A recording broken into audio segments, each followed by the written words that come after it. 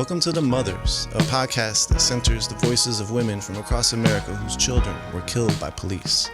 I'm independent journalist Georgia Ford. And I'm Nico Georgiadis from Unicorn Riot. If Archie Elliott don't get it, if Archie Elliott don't get it. Before getting started, we wanted to share a little bit of what to expect in this series. This series will be 10 episodes and will include the stories of mothers who we've interviewed over the last few years. When talking to the mothers, we saw a lot of similarities from the mothers' stories. Mm-hmm. We saw a lot of the narrative would come out from the police or from the corporate news, and that would never be adjusted in the media. The narrative would always demonize the victim. And with those similarities also, we saw a lot of residual effects from these mothers. When we're talking to them, you could hear and feel their pain that they're going through and the pain of their family members. Yeah. You know, now after George Floyd, I think our country is prepared to have a conversation about what truly needs to happen in police departments all across this country so that everybody can feel safe. And when wrongdoing happens, when misconduct happens, that someone is held accountable. We are in need. If Archie Elliott don't get it, if Archie Elliott don't get it, if Archie Elliott don't get it. My name is Dorothy Cop Elliott. My son was 24 years old when he was killed. That was the voice of Dorothy Cop Elliott. She's a school teacher and the mother of Archie Elliott III. She spoke to us about her son, who was fatally shot 14 times by Prince George's County police officers Wayne Cheney and Jason Leavitt after he was pulled over in 1993. Now, according to reports, Archie was sitting in the front seat of the squad car with his hands cuffed behind his back. Police say he had a gun and pointed it at them. He was almost home when he was stopped by one of the District Heights, Maryland municipal police officers. He was pulled over because my son was driving erratically, according to the officer. My son complied with the officer, did everything that he was told to do. He was inebriated, and he had worked on a construction job that day and had driven about 66 miles from Virginia, and he was near home when he was pulled over. He was placed on the curb, sitting in the heat for a very long time, and backup came. Backup had a ride along with him, and this backup was Wayne Cheney of the Prince George's County Police Department in Maryland, and they alleged that my son was pointing a handgun at them with his hands behind his back, sitting in the front seat of a police cruiser. And the cruiser had dark tinted windows. The chief of police of Prince George's County, Maryland, said that would not have fit their criteria. Even the search done by the police officer would not fit their criteria. But what does it take to search a tall, thin young man weighing only 165 pounds, 6'1", and with his hands behind his back? There was no reason in the world for them to take my son's life in order to preserve theirs. And he had told the first officer that all he wanted to do was to go home and just go to sleep. And I know for a fact that that's what he usually does when he's worked all day in the heat. He'd come home and just lie on the floor without taking his clothes off. And I'd say, Artie, why don't you get in bed and take your clothes off and go to bed? He said, no, Mom, I'm tired. I just don't feel like doing it now. But when they fired those 22 shots at my son, you could see the huge bullet holes in the cruiser.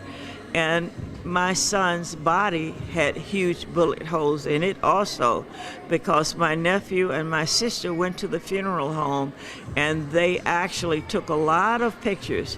And my nephew seems to think that it was more than 14 shots that struck my son.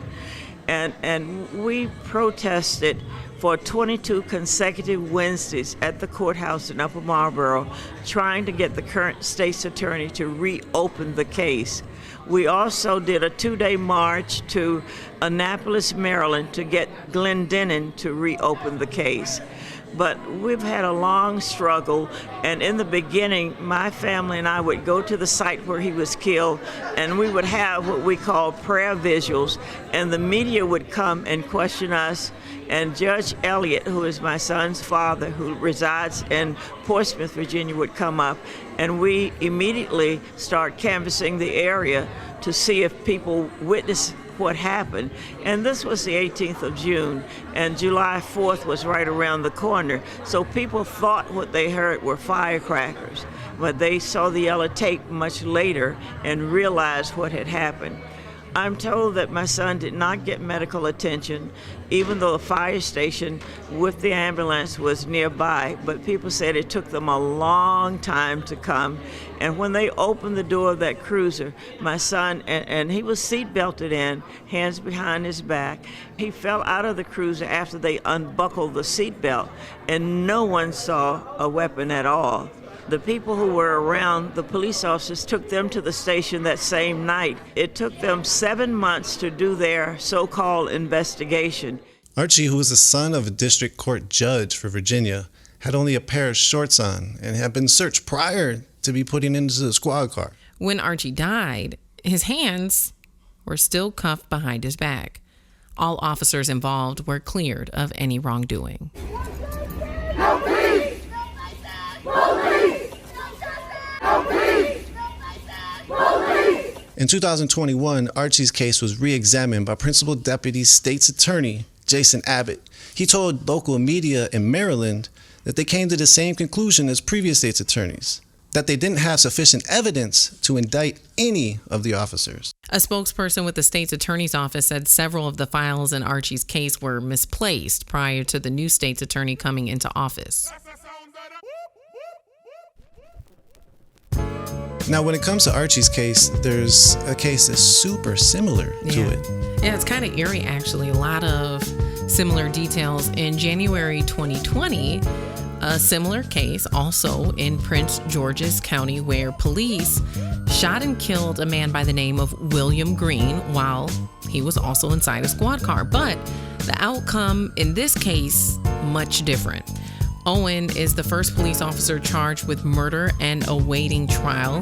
He pleaded not guilty. The county also gave Green's family a $20 million settlement. So in this case, we're seeing some accountability. We're seeing some justice for the family, which it brought up a lot for Archie's mother.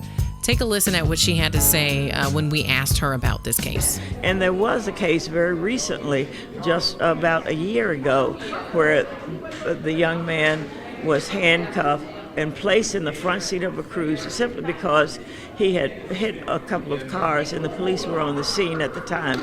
They put this man in the front seat of the cruiser, handcuffed, and an officer got in the front seat with him and shot him 6 or 7 times.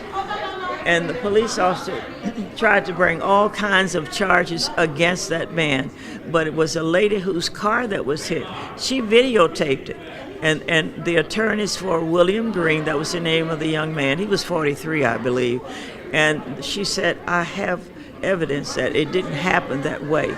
And you know, the chief of police and the county executive came out and said, well, you know, we're going to charge the police officer. And they did charge him, and he's still in jail now. One thing that really hindered our case, I believe, was the death of our attorney, who was well known in the area. And when he looked at the pictures of my son's body, he said, well, he actually asked me to go out of the room so that my nephew and he could look at them. And he was visibly shaken when I came back. He said, these officers are not only going to get some jail time, they're going to get kicked off the force. So the big blow came about 1.5 years after my son passed and Mr. Mundy died.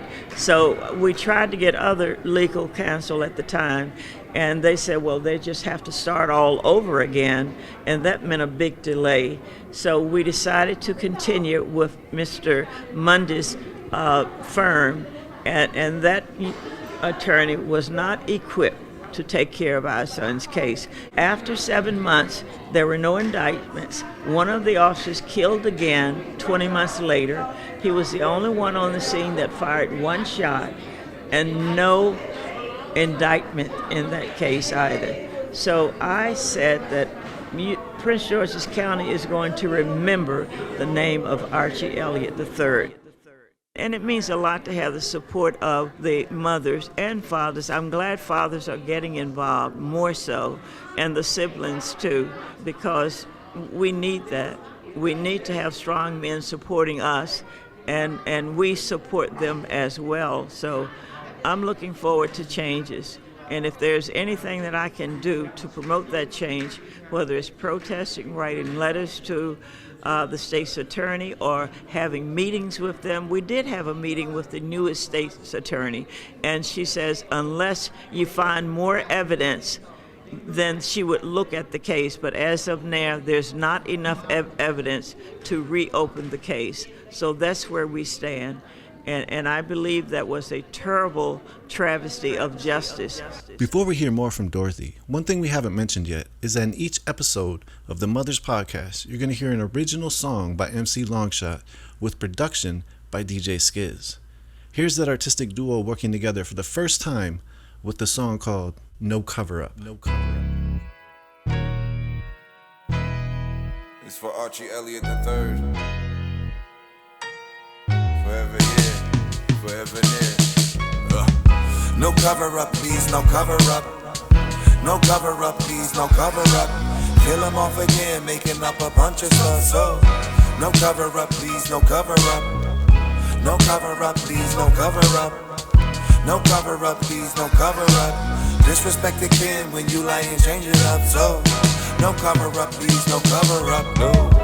Don't talk to us about qualified immunity when all the police do is come through and rip communities. The pain is insurmountable. Please hold them accountable, cause all we see is killers set free, receiving bountiful heaps of love and praise. We gotta keep alive the slave with the work that we do to beat the bogus guys that's paid to uphold racist laws, waste them all with abolishment. We did it once with slavery, now do it with the cops. And then let's stop the moms from crying, lawmakers from lying, cause the cause ain't lost if we all are truly trying. It's for Archie the III, forever heard, forever seen, forever living on through the way we all live out our dreams. And it seems we won't see it, but the change begins with us. Unified souls banding together to raise them up. Generations coming after. Education is master. Your imagination is the only thing I'm trying to capture. No cover up, please, no cover up.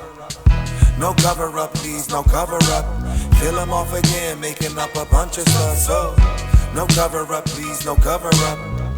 No cover up, please, no cover up. No cover up, please, no cover up. Disrespect the kin when you lie and change it up. So, no cover up, please, no cover up. I'm tired of feeling lost in pain. I'm tired of feeling lost in pain. It's time for change. I'm tired of feeling lost in pain. I'm tired of feeling lost in pain. It's time for change. I'm tired of feeling lost in pain. I'm tired of feeling lost in pain. It's time for change. I'm tired of feeling lost in pain. I'm tired of feeling lost in pain. It's time for change. Yeah. It's time for change. Tired of feeling lost in pain. Tired of feeling lost in the pain. It's time for change. Yeah. It's time for change. Tired of feeling lost in pain. Tired of feeling lost in pain. It's time for change. No cover up, please, no cover up. No cover up, please, no cover up. Kill him off again, making up a bunch of stuff. So, no cover up, please, no cover up. No cover up, please, no cover up. No cover up, please, no cover up.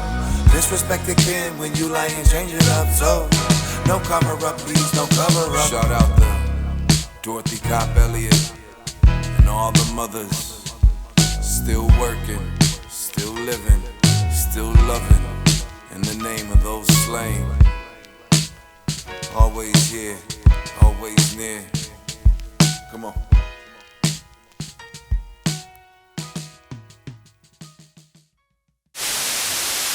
You're listening to The Mothers with Dorothy Cop Elliott, whose son was killed in 1993 by police in Prince George's County, Maryland. We're still going through our 4th county executive to try to get them to reopen the case and to try to get rid of some of these no-good elected officials who seem to be favoring the FOP or police officers. And as Judge Elliott said, the police do a horrible job of policing themselves. And that's why they have a consent decree that lasts at least 5 years. I think that was about 5 years ago when they had it. But Prince George's County was notorious for killing black males. And it hasn't stopped. It's nationwide, it's citywide. So, it goes on. And when we went to the vigil where Cordell Handy was killed and the names were being read, it was so chilling. I don't know where those names came from, but I said I could add at least 10 names on a list that we have for Prince George's County, and it needs to stop. Police officers need to be held accountable, and I'm told that if you're so afraid of black people, why are you on the force?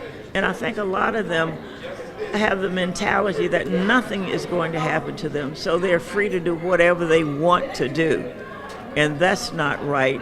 And I think more and more people are seeing that changes need to come about, because who wants to lose a loved one? I mean, it just comes out of the blue. And I had no idea that fate would have happened the way it did to my son. And I just see his smile all the time, and I talk to him, and on the day of his death, for the last couple of years, I said, I'm going to mourn, I'm going to cry if I have to, but I'm going to keep moving. And he died a day before my birthday. No peace! No peace! No peace! No peace! I often wondered how I would feel when I saw the officers who killed my son. They did not release the names immediately, never saw a picture of them, but I willingly gave my son's pictures and said he's not a statistic. He lived for 24 years, and what happened to him should not have happened. And I have spoken all over on Capitol Hill at least 2 or 3 times. Amnesty International sent me to Durban, South Africa for the World Conference on Racism, and I spoke at many forums there, and CNN covered it extensively. And I don't know what it's going to take to bring about change, and maybe the fact that George Floyd's death was the catalyst that's going to bring about change. And there's such reluctancy in trying to do anything to curb violence concerning police officers. And I know they cover up. And that was one of the things I said shortly after my son was killed. I said, I want you to do a thorough investigation and no cover up, no cover up. And those words just came out because I felt it was necessary to say it.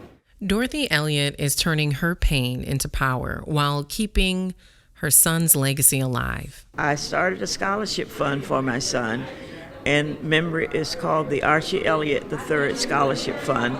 And it didn't grow like I wanted it to. Usually when I go around and speak, sometimes I would ask for a donation, and sometimes I didn't. So it took a long time, but I just awarded close to $10,000 to 5 students who are going to attend HBCUs. That's one of the requirements for it.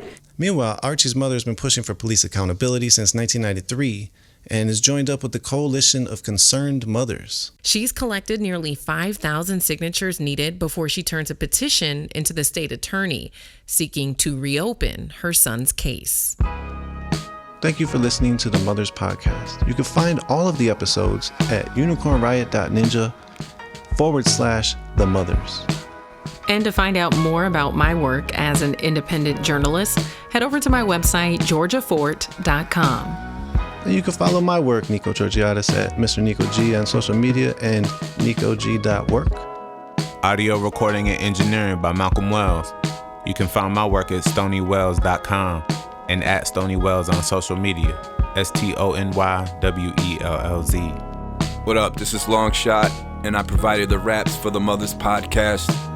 You can support me and my work at mclongshot.com. Peace.